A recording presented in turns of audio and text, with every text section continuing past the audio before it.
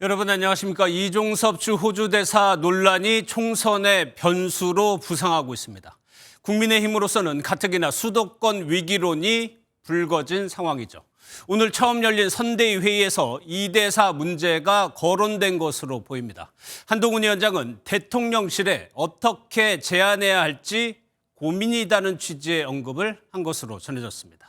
첫 소식은 김태희 기자가 단독 보도합니다. 오늘 열린 첫 선대위 회의, 비공개 티타임에서 일부 공동선대위원장은 이종섭 호주대사 논란을 언급한 것으로 전해졌습니다.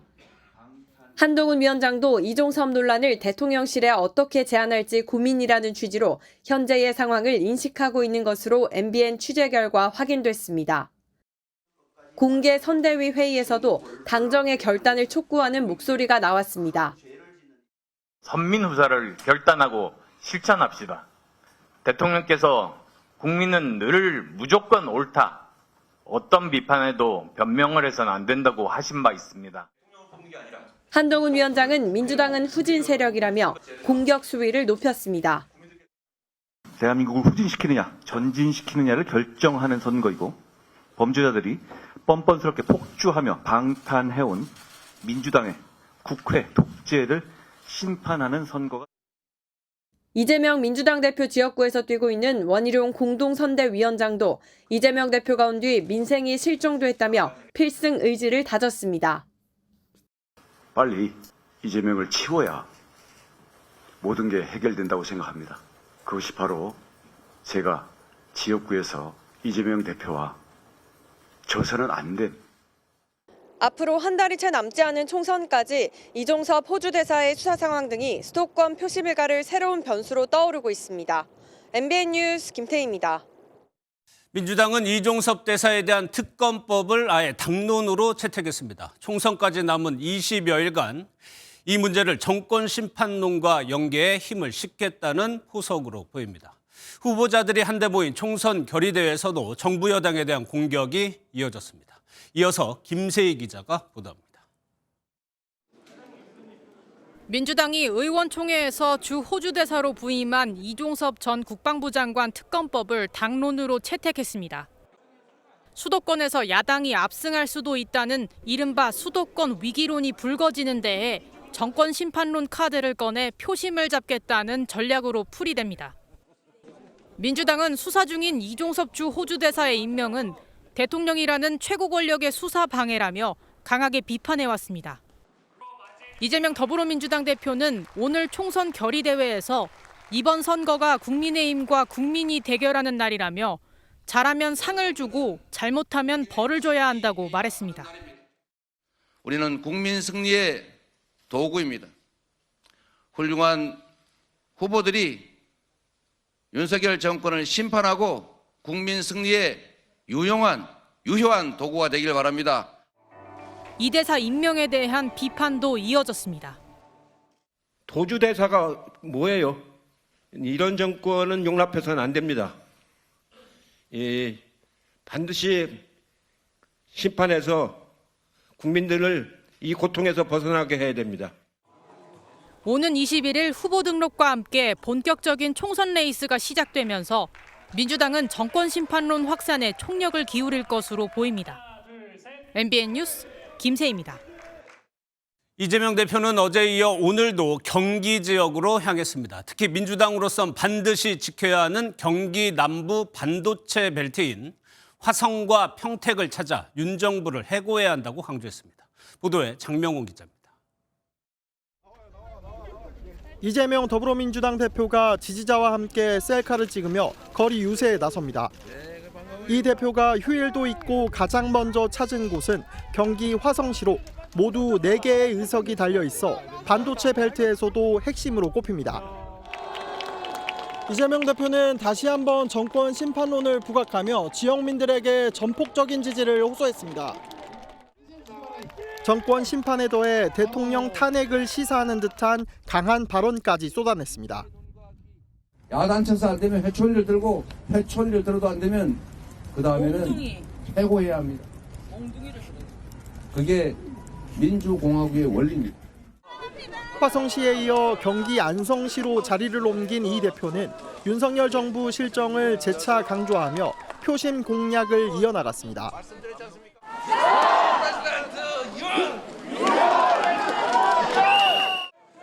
평택과 오산까지 경기 남부를 두루 찾은 이 대표의 지원 유세는 저녁에야 끝났습니다. 본격적인 총선 행보에 돌입한 이 대표는 이번 주 서울과 인천에 이어 야권의 심장인 광주를 차례로 방문할 예정입니다. MBN 뉴스 장명훈입니다. 국민의힘이 막말 논란으로 공천이 취소된 장해찬 도태우 후보의 대체자를 확정했습니다. 정현욱 후보를 부산 수영구에, 김기웅 후보를 대구 중남구에 각각 전략 공천하면서 국민의힘은 사실상 모든 공천 절차를 마무리했습니다. 취재기자 연결해서 들어보겠습니다. 이혁근 기자, 조금 전에 결과가 나온 거죠? 네, 맞습니다. 10분 전쯤 재공천 결과가 나왔습니다. 과거 부적절한 발언이 잇따라 드러나면서 국민의힘은 부산 수영구의 장해찬 후보와 대구 중남구의 도태우 후보 공천을 취소했는데요. 공석이 된 부산 수영구엔 정연욱 후보가 새로 배치됐습니다. 정 후보는 동아일보에서 논설위원을 지낸 언론인 출신입니다. 공천 취소 뒤 말을 아끼던 친윤계 장해찬 후보는 내일 기자회견을 열고 입장을 밝히겠다고 예고했습니다. 대구 중남구에는 도태우 후보 대신 김기웅 후보가 전략 공천됐습니다. 김 후보는 통일부 차관을 지낸 안보 전문가입니다. 공천에서 낙마한 도 후보가 대구 중남구의 무소속 출마를 선언하면서 김 후보와 도 후보가 경합을 벌일 전망입니다. 국민의힘에선 또 경북 구미을의 강명구 전 대통령실 국정기획비서관과 경기 포천 가평의 김용태 전 청년 최고위원, 대전 중구의 이은권 전 의원이 본선행을 확정지었습니다. 주말까지 낙마와 재공천으로 진통을 겪던 국민의힘은 총선을 24일 앞두고 전국 254개 지역구의 모든 후보를 결정했습니다. 지금까지 보도국에서 MBN 뉴스 이혁근입니다. 민주당은 역시 막말 논란으로 공천이 취소된 정봉주 후보 자리를 전략 지역구로 지정했죠. 여러 명이 거론됐지만 결국 박용진 의원이 재도전에 나서 조수진 노무현 재단 이사와 맞대결을 벌이게 됐습니다. 전정인 기자입니다. 박용진 더불어민주당 의원은 기자회견을 통해 서울 강북을 전략 경선에 참여하겠다며 재도전의 뜻을 밝혔습니다. 들러리를 서라면 서겠다면서도 1인 2표제와 전체 권리당원 투표 70% 반영 등의 경선 방식은 부당하다고 꼬집었습니다. 박용진만을 겨냥한 박용진에게만 적용되는 이런 규칙으로 서로 친명 후보가 이긴다 한들 누가 그의 승리를 인정하고 민주당의 승리를 축복하겠습니까?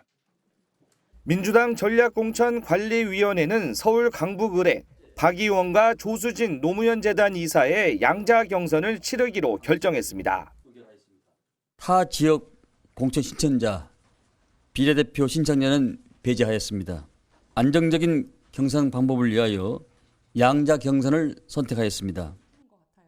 조 이사는 이정희 전 통합진보당 대표의 보좌관, 민변 사무총장 출신으로 최근에는 노무현 재단 공식 유튜브 채널인 알릴레오 진행자로도 활동했습니다.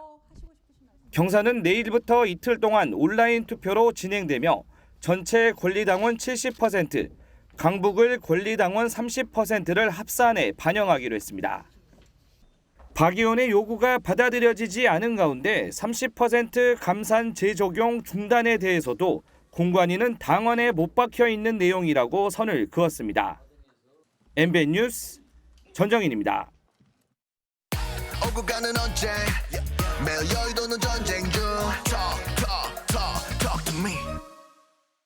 국회 출입하는 김지영 기자 나와 있습니다. 어서 오세요. 예, 선거법 위반 논란이 불거진 후보가 있어요. 어떤 내용입니까? 네, 서울 도봉갑 공천을 받은 더불어민주당의 안규령 후보가 지역구 활동을 했는데 그때 문제가 발생했습니다. 먼저 선거법 위반 논란이 불거진 영상을 보겠습니다. 부탁드립니다. 네, 부탁드립니다. 안 후보가 노래교실에서 노래를 부르며 참석자들과 인사를 나누는 모습입니다. 예, 저는 얼핏 알 것도 같은데 구체적으로 어떤 점이 위반 가능성이 있는 겁니까? 사실 이렇게 선거 운동복을 입고 마이크를 드는 건 괜찮습니다. 네. 그런데 중요한 건 그 마이크를 통해 선거 운동을 했느냐입니다. 예. 공직선거법에선 공식 선거운동 시작 전에 육성으로 선거운동을 하는 건 가능하지만 확성장치를 사용하는 건 금지하고 있습니다. 공식 선거운동은 오는 28일부터거든요. 그러니까 안 후보의 그 잘 부탁드립니다. 이 발언이 선거운동인지 따져봐야 합니다. 선관위는 이 발언이 선거에 영향을 미치는 선거 운동에 해당하는지 살펴보고 있습니다. 예. 민주당도 공천이 거의 끝나갑니다. 그런데 양문석 후보 같은 경우에는 계속적으로 좀 잡음이 나오고 있는 것 같아요. 그런데 양 후보가 내일 봉하마을에 가겠다고 했어요? 네, 어젯밤 늦게죠. SNS에 과거 고 노무현 전 대통령 비하 발언에 대해 진심으로 사과한다고 글을 올렸는데요. 오늘 양문석 후보는 또 재차 고개를 숙였습니다.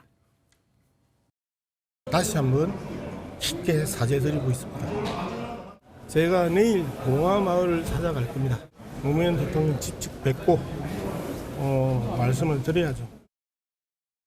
이런 행보는 사실 끝까지 가겠다 이렇게 해석될 수도 있는 거잖아요. 네, 맞습니다. 오늘 국회에서 김부겸 공동상임선거대책위원장과 양문석 후보 이 두 사람이 만났는데요. 두 사람의 대화를 먼저 들어보겠습니다. 예.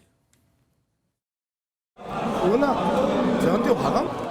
그래도 하여튼 뭐 어쨌든 간에 상황이 이렇게 됐는데 지금 수습할 수 있는 건가 생각합니다.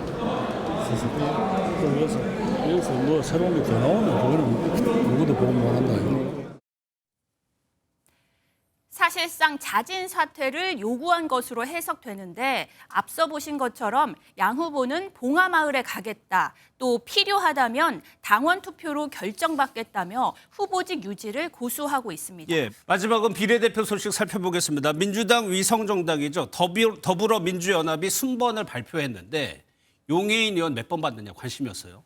6번 받았습니다. 네. 지난 총선에 이어 이번 총선에도 비례대표 출마를 선언하면서 논란이 됐었던 용해인 위원장 말씀대로 6번을 받았습니다. 예.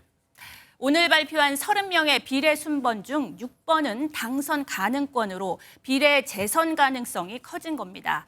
비례대표는 청년이나 여성, 각 분야 전문가 등의 정치 참여를 위한 제도죠.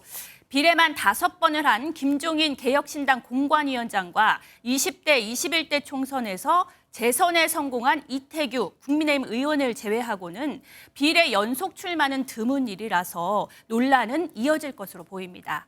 비례 1번은 시민단체 측이 추천한 서미화 전 국가인권위원회 비상임위원이 받았습니다. 알겠습니다. 잘 들었습니다. 김지영 기자였습니다. 뉴스 이어갑니다. 오늘 어선 전복 사고가 또 났습니다. 포항 구룡포 앞바다에서 대게잡이 어선 한 척이 뒤집혔는데요. 선원 6명 중에 5명은 구조됐고 1명이 실종 상태입니다. 안진호 기자입니다. 칠흑 같은 어둠 속 바다 한가운데 어선 한 척이 전복된 채 떠 있습니다. 신고를 받고 출동한 해경이 뒤집힌 배 위에서 간신히 버티고 있던 선원 1명을 구조합니다. 생존자 1명 구조 완료. 현재 추가로 1명 구조차. 수중 수색에 나선 해경 잠수사들도 선내에서 또 다른 선원 1명을 발견해 구조합니다. 경북 포항시 구룡포항 동쪽 120km 해상에서 9.7톤급 어선이 전복된 건 오늘 새벽 2시 40분쯤입니다. 이 배엔 한국인 선원 3명과 외국인 선원 3명 등 6명이 타고 있었습니다. 5명은 구조됐는데 인도네시아 국적의 20대 선원 1명이 실종됐습니다. 8척 나갈 거예요. 민간어선들도 같이 다 구조하고 있습니다. 해군 함정도 한 척 와 있고. 전복된 선박은 풍랑 예비 특보를 피해 기항하던 중 사고를 당한 것으로 전해졌습니다. 지난 9일과 14일에도 경남 통영 앞바다에서 어선이 침몰하거나 전복돼 7명이 숨지고 6명이 실종됐는데 아직 수색 작업이 이어지고 있습니다. MBN 뉴스 안진우입니다.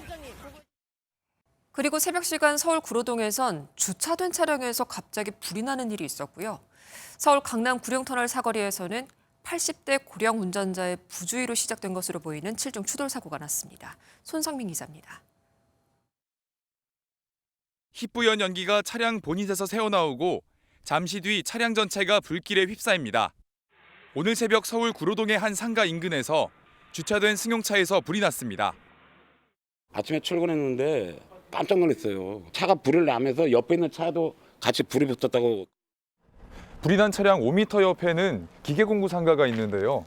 곳곳에 인화물질이 놓여 있어 불씨가 날렸다면 자칫 큰 화재로 이어질 뻔했습니다. 소방당국은 차량 엔진룸 내부에서 전기적 요인으로 불이 난 것으로 보고 있습니다. 4차선 도로에 소방차와 구급차 여러 대가 줄지어 있습니다. 오늘 오전 서울 개포동 구룡터널 사거리에서 7중 추돌 사고가 나 13명이 다쳤습니다. 빵 해갖고 나갔더니 밖으로 온 거예요. 교차도 다친 거지. 안에 손님은 없었어. 경찰은 80대 고령 운전자가 운전 미숙으로 앞차를 들이받으며 연쇄 추돌 사고가 난 걸로 보고 있습니다. 강원 춘천시와 횡성군의 돼지 축사에선 잇따라 화재가 발생해 돼지 1000여 마리가 폐사하기도 했습니다. MBN 뉴스 손성민입니다. 봄이 오는 길이 참 멀고 멉니다. 어제는 한껏 맑았는데 오늘은 올해 첫 황사가 발생하면서 하늘이 뿌였죠. 다행히 밤사이 바람이 불면서 황사는 밀려나겠습니다만 내일 출근길엔 꽃샘추위가 기다리고 있습니다. 현지호 기자입니다. 서울 남산공원에서 내려다본 도심 전체가 안개가 낀 듯 온통 뿌였습니다. 5km 떨어진 고층 건물들은 형체만 겨우 알아볼 수 있을 정도입니다. 몽골에서 발원한 황사가 단 하루 만에 한반도에 도달한 건데 올해 첫 사례입니다. 낮 한때 서울 전역에서는 미세먼지 농도가 매우 나쁨 수준까지 치솟았습니다. 야외에 주차된 차량 위에는 이렇게 먼지가 수북하게 쌓였습니다. 시민들은 다시 마스크를 꺼냈었고 야외보단 실내에서 휴일을 보내는 이들이 적지 않았습니다. 마스크를 벗고 나갔다가 놀고 있는데 놀다 보니까 황사도 너무 많고 해갖고 일찍 들어오게 됐어요. 수도권을 시작으로 강원과 충청, 호남까지 남부 일부 지역을 제외한 전국에 미세먼지 주의보가 내려졌습니다. 인천과 경기 북부, 충남 일부 지역에는 한때 미세먼지 경보가 발령되기도 했습니다. 모처럼 나들이 나오고 해서 좀 더 화창한 날씨를 바랬는데 앞으로 황사도 더 심해진다고 하고. 밤부터 대기가 원활하게 확산하면서 황사는 물러가겠지만 찬 공기가 내려와 내일 아침에는 기온이 0도 안팎으로 크게 떨어지며 꽃샘추위가 찾아오겠습니다. MBN 뉴스 현지호입니다. 러시아 대선이 푸틴 대통령의 5번째 연임이 확실시되는 가운데 우리 시간으로 새벽 3시에 마무리됩니다. 푸틴을 반대하는 측에선 투표소에 화염병을 던지고 투표함에 정체불명의 액체를 쏘는 등 항의 시위를 벌이고 있습니다. 이교욱 기자입니다. 한 여성이 투표함에 녹색 액체를 쏟아붓습니다. 투표소에 화염병을 집어던지는가 하면 아예 내부에 불을 지르는 사람도 있습니다. 사흘째 치러지는 러시아 대선 투표소 곳곳에서 푸틴에 반대하는 시위가 벌어졌습니다. 푸틴 대통령은 이런 행위에 엄단 의지를 밝혔습니다. Безнаказанными эти удары противника не остаются и не останутся. 선거는 현지 시각으로 오늘 종료되고 곧바로 여론조사기관의 출구조사 결과 발표와 함께 개표도 시작됩니다. 현재로서는 푸틴의 5선 연임이 확실시되는 분위기입니다. 당선이 확정되면 2030년까지 6년을 더 통치하게 되고 그 다음 대선에도 출마가 가능해 푸틴은 84세까지 대통령직을 수행할 수 있습니다. 이렇게 되면 사실상의 종신 집권으로 쿠바 카스트로의 49년, 북한 김일성의 46년, 리비아 카다피 42년에 이은 최장재임 통치자가 됩니다. 현지에서는 푸틴의 당선 여부보다 2018년 세운 76.7%의 최고 득표율을 넘어 처음으로 80%대 득표율을 달성할 수 있을지가 최대의 관심사입니다. MBN 뉴스 이교욱입니다. 눈과 얼음으로 뒤덮인 나라 아이슬란드에서 한 달여 만에 또 화산이 폭발했습니다. 최근 석 달 사이 4번째 폭발로 비상사태가 선포됐습니다. 정주영 기자입니다. 지표면 틈새를 뚫고 나온 용암이 주변 지역을 그대로 집어삼킵니다.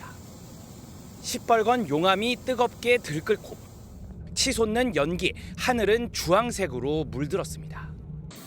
현지 시각 16일 아이슬란드 남서부 레이캬네스 반도에서 화산이 분화했습니다. 갈라진 틈의 길이는 약 3.5km입니다. 4천여 명이 사는 인근 마을에 대피령이 내려졌고 유명 온천 관광지인 블루라군은 폐쇄됐습니다. We heard the sound go off, and that's when my husband and I looked at each other and they said, "Okay, evacuation en route." I've never experienced anything like that before. 지난해 12월 18일을 시작으로 1월과 2월, 이번까지 한 달에 한 번꼴로 화산은 폭발했습니다. 전문가들은 이번 분화가 최근 들어 가장 강력했다고 평가했습니다. The first cues of this moving towards the surface actually happens only about 15 minutes in advance of the eruption breaking to the surface, but it was definitely expected. 유라시아와 북아메리카 지각판 사이 판의 경계에 있는 아이슬란드는 화산 활동이 가장 활발한 지역으로 33개의 활화산이 있습니다. 아이슬란드 정부는 정기적인 화산 활동에 대해 철저히 대비하고 있다며 항공편 운항에 차질이 없다고 밝혔습니다. MBN 뉴스 정주영입니다. 전국 의대 교수들이 사직서를 제출하기로 뜻을 모았고 여기에 공공의료를 총괄하는 국립중앙의료원 전문의협의회가 지지 성명을 냈죠. 주영수 국립중앙의료원장은 환자 생명을 볼모로 집단 행동에 나서는 의대 교수들이 절망스럽다고 비판했습니다. 먼저 이서영 기자가 보도합니다. 전공의에 이어 전문의까지 의료 현장을 떠날 수 있다는 불안감이 감도는 가운데 국립중앙의료원장이 긴급 기자회견을 자청했습니다. 주영수 국립중앙의료원장은 전문의협의회가 발표한 전공의 집단사직 옹호 성명을 비판하며 환자 생명을 볼모 잡지 말라고 비판했습니다. 사직하겠다라는 의미의 내용은 진료 현장을 떠나겠다. 더 과격하게 표현한다면 결국 환자의 건강과 생명을 볼모로 우리의 이해관계를 관철시키기 위해 의대 교수들이 오는 25일을 사직서 제출일로 못 박은 것에 대해서도 적절하지 않다고 지적했습니다. 의사들 체계 안에서는 가장 정점에 계신 분들이 이렇게 얘기를 하실 수 있다는 것에 대해서 상당히 절망스럽습니다. 국립중앙의료원은 전공의들의 집단사직 이후 복지부가 보건의료 재난위기 경보 단계를 심각으로 격상한 데 따라 야간과 공휴일에도 비상진료 체계를 가동 중입니다. 전공의가 불이익을 받으면 좌시하지 않겠다는 국립중앙의료원 전문의협의회가 행동에 나설 경우 의료 대란이 더 악화할 것으로 보입니다. 정부와 의사들 간의 팽팽한 강대강 대치가 벌써 한 달째로 접어들었는데요. 전문의들까지 이탈 조짐을 보이면서 의료 공백에 대한 시민들 불안은 커지고 있습니다. MBN 뉴스 이서영입니다. 정부와 의료계 입장차가 시간이 갈수록 더 공고하게 굳어지는 것 같습니다. 현재 의료계 상황 사회정책부 김민수 기자와 짚어보겠습니다. 어서 오세요. 예. 앞서 봤지만 국립중앙의료원장이 집단사직 만류했어요. 이것이 의사들의 큰 흐름을 막을 수 있을까요? 예, 효과가 상당히 제한적일 거라고 생각합니다. 예, 왜 그렇게 보고 있어요? 예, 앞서 이서영 기자의 리포트에서 나온 주영수 원장의 발언 때문인데요. 전공의들에 대한 대통령실의 비판과 맥락을 같이 한다는 점에서 전문의들을 달래기는커녕 되레 자극할 수 있어서입니다. 저희가 파악한 바로는 세계 어느 나라에서도 의대 정원 증원을 두고 의사들이 환자 목숨을 볼모로 집단 사직서를 내거나 전공의가 집단 사직한 지 한 달이 다 돼가고 여기에 전문의들, 그러니까 의사들까지 가세한다면 의료 대란은 더 걷잡을 수 없어지는 거 아니에요? 네, 맞습니다. 모레면 지난달 세브란스 병원에서 촉발된 전공의 집단 사직 사태가 한 달째로 접어듭니다. 지금까지 어떻게든 버틸 수 있었던 것도 의대 교수와 전문의가 전공의들이 해줬던 일을 대신 해줬기 때문인데요. 전문의들까지 가세한다면 의료 현장에 상당한 혼란이 예상됩니다. 예, 결국에 의대 정원 규모가 문제입니다. 그러니까 2,000명 이것이 쟁점이죠. 그렇습니다. 의료계 요구의 핵심은 정부가 2,000명이라는 숫자를 고집하지 말라는 것입니다. 어제 방재승 전국의과대학 교수 비상대책위원회 위원장도 2,000명 증원 방침을 풀어달라고 요구했죠. 하지만 오늘 박민수 보건복지부 2차관은 의료계의 이런 요구를 이런 지하에 거절했습니다. 양측의 강대강 대치가 이어질 분위기인데 오는 25일 예정된 전국 의대 교수 집단 사직을 막기란 쉽지 않을 것 같습니다. 예, 걱정이 계속됩니다. 잘 들었습니다. 김민수 기자였습니다. 네, 다음 소식입니다. 요즘 과일 중에 사과가 무섭다는 말 나오고 있습니다. 5개에 18,700원, 그야말로 손 떨리는 가격 때문인데요. 그나마도 흠집 있는 못난이 사과를 사려 해도 가격이 만만치가 않습니다. 정부가 사과값 떨어뜨리려고 예산 1,600억 원을 투입했는데 효과가 있을지는 미지수입니다. 이승훈 기자입니다. 휴일을 맞아 장을 보러 나온 시민들로 대형마트가 북적거렸지만 사과 판매 코너는 한산했습니다. 5개에 18,000원대, 소비자들은 개당 3,700원 하는 사과값이 너무 비싸다고 혀를 내두릅니다.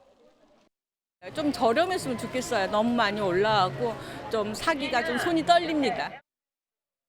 지난주 수요일 기준 사과 10개당 소매가는 3만 원 선으로 지난해에 비해 30%가량 올랐습니다. 지난해 이상기후로 수확량이 줄면서 사과값이 치솟은 건데 소비자들은 정상품 대비 30%에서 40%가량 저렴한 못난이 사과를 짚고 있습니다. 평소에 비싸서 사과를 못 먹다가 흠이 있는 건가 봐요. 그래서 좀 싼 것 같아서 한번 구입해 보려고요. 금사과라는 말까지 나오자 정부는 농축산물 할인과 납품 단가 지원 예산에 모두 1,639억 원을 투입했는데 효과가 있을지에는 의견이 갈립니다. 사과 공급이 늘지 않은 채 할인으로 가격이 저렴해지면 수요가 늘면서 다시 가격이 오를 수 있다는 겁니다. 전문가들은 안정적인 생산 기반을 갖추는 게 근본적인 해결책이라고 말했습니다. MBN 뉴스 이승훈입니다. 안동 하회마을과 경주 양동마을, 세계 문화유산이자 그 이름 자체로 역사인 곳이죠. 현재 주민들이 실제로 살고 있는데 더는 살지 못하겠다는 목소리가 나오고 있습니다. 내가 사는 집인데 문지방 하나 마음껏 고치지도 못하고 자긍심만으로는 버틸 수 없다는 주민들의 속사정을 알아봤는데요. 심우영 기자입니다. 600년 전 만들어진 여주이시 집성촌입니다. 멋스러운 한옥들이 낮은 구름과 조화를 이루며 고스란히 보존돼 있어 지난 2010년 유네스코 세계문화유산으로 지정됐습니다. 고즈넉한 초가집은 한나절 구경하는 사람들에겐 재미있는 볼거리겠지만 정작 살고 있는 사람들에겐 여간 고역이 아닙니다. 한겨울에도 화장실을 가려면 밖을 나서야 합니다.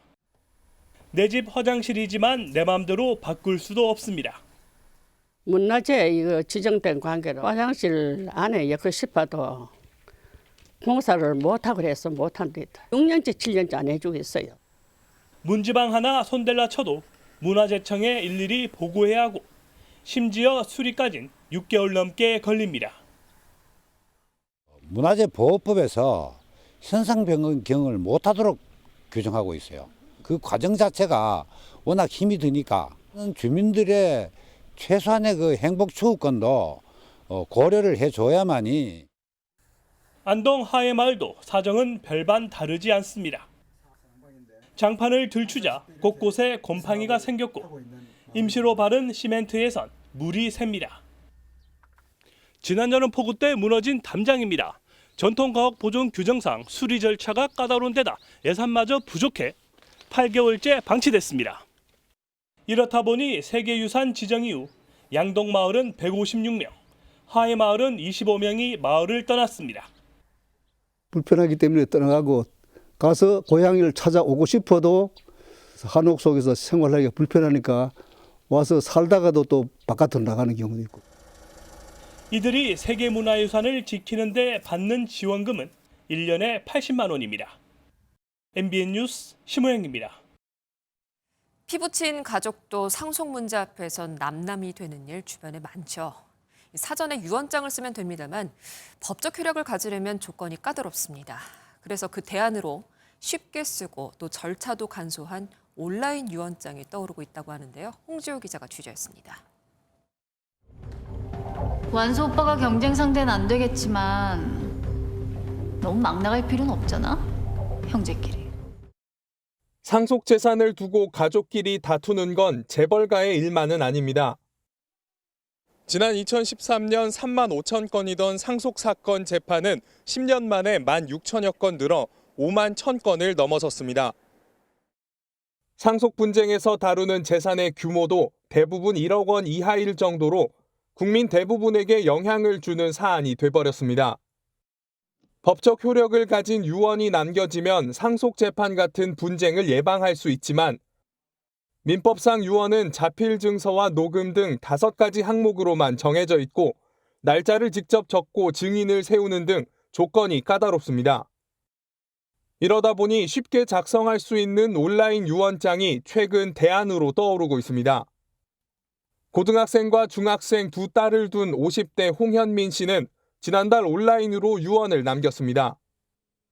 홍 씨는 부동산이나 금융자산 외에도 가상화폐 정보나 키우는 고양이를 돌볼 사람까지 정해뒀습니다. 다른 사람들한테 남기는 거다 보니까 오히려 유언장을 쓰면서 이제 자신과의 대화가 되는 것 같기도 하고요. 온라인 유언은 공증만 받으면 효력이 생기는 등 복잡하지 않은 게 최고 장점입니다. 어려운 거는 무슨 내용을 써야 될지 모르는 것이기 때문에 또 완성이 됐다고 싶으면 그거를 공증 신청을 해가지고 받으면 되는 거라. 검색하면 쉽게 찾아볼 수 있는 온라인 유언 플랫폼, 간소화된 유언 문화를 이끌 수 있다는 분석입니다. MBN 뉴스 홍지호입니다. 12년 만에 물꼬를 텄던 한일 정상회담이 열린 지 이제 1년이 됐습니다. 두 나라의 관계를 더욱더 발전하기 위해서 새로운 계기가 필요하다는 주장이 나오고 있는데요.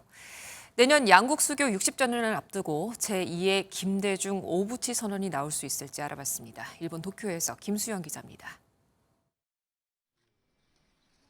한일 정상은 1년 전 2011년 이후 12년 만에 양국 간 정상외교를 재개했습니다. 두 정상은 7차례 만나는 과정에서 강제징용 피해 관련 배상금과 후쿠시마 원전 오염수 방출, 수출 규제 등 꽉 막혔던 문제 해법 도출에 나섰습니다. 반도체 소재를 직접 일본으로부터 수입함으로써 한국 기업의 비용 경쟁력이 높아졌고요. 일본도 한국과 다시 거래 관계가 개선됨으로써 일본에서도 큰 이익을. 한일 관계 복원은 정보 교류와 군사합동 훈련 등 동북아의 외교안보 측면에서의 변화도 가져왔습니다. 한미일 관계의 삼각체제가 제도화되는 계기가 이 동북아 지역의 평화를 방어할 수 있고 유지할 수 있고.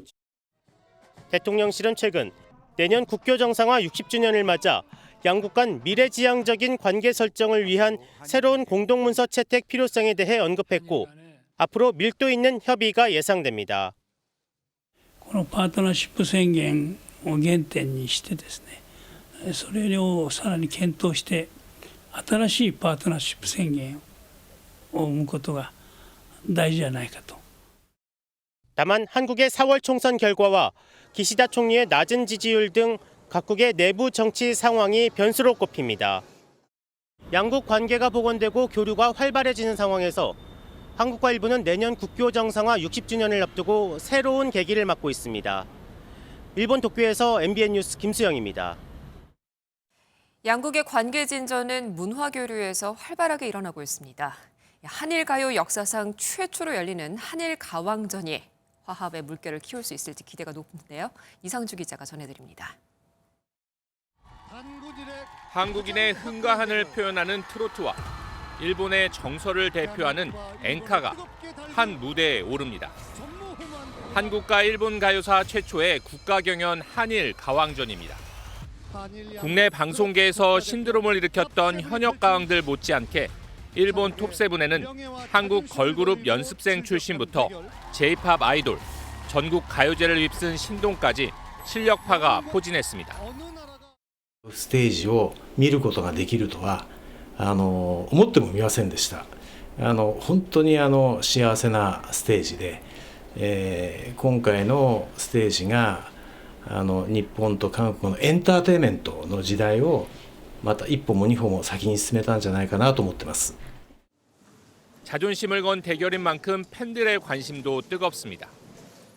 한국 가수들은 연륜이 있어서 또 좀 깊은 트로트의 맛을 잘 들려주신 것 같고 일본 분들은 또 발랄하게 댄스 같은 것도 많이 해주셔가지고 또 즐거운 무대를 볼 수 있었습니다. 한국이 이기지 않을까 하는 바람이 있습니다. 韓国の歌手の方は歌もダンスも上手で、やはりあとなんですか、ビジュアルも良いですから大変に興味がありますけども、日本のその歌手のグループの方ですかね、もしそういった場合にはやはり日本なりの良さがありますから頑張ってほしいなというふうに。 양국의 노하우가 총집결한 한일 합작 초대형 오디션은 방송 산업은 물론 미래 세대를 위한 인적, 문화적 교류에도 중요한 역할을 할 것으로 기대합니다.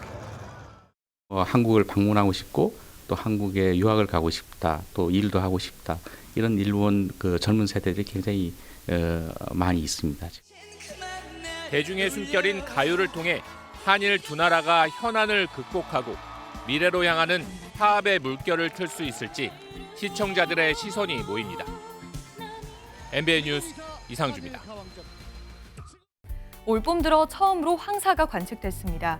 오늘 서울 도심으로는 온통 뿌연 모래먼지로 가득했는데요. 이 먼지는 오늘 밤 찬바람이 불면서 차츰 해소되겠습니다. 이 찬바람과 함께 꽃샘추위가 찾아오겠습니다. 조금 뒤 밤 9시를 끼 곳곳으로는 한파주의보가 내려지겠고요. 내일은 오늘보다 10도 이상 떨어지겠습니다. 내일 아침 서울은 1도에 그치면서 오늘보다 7도 이상 떨어지겠습니다.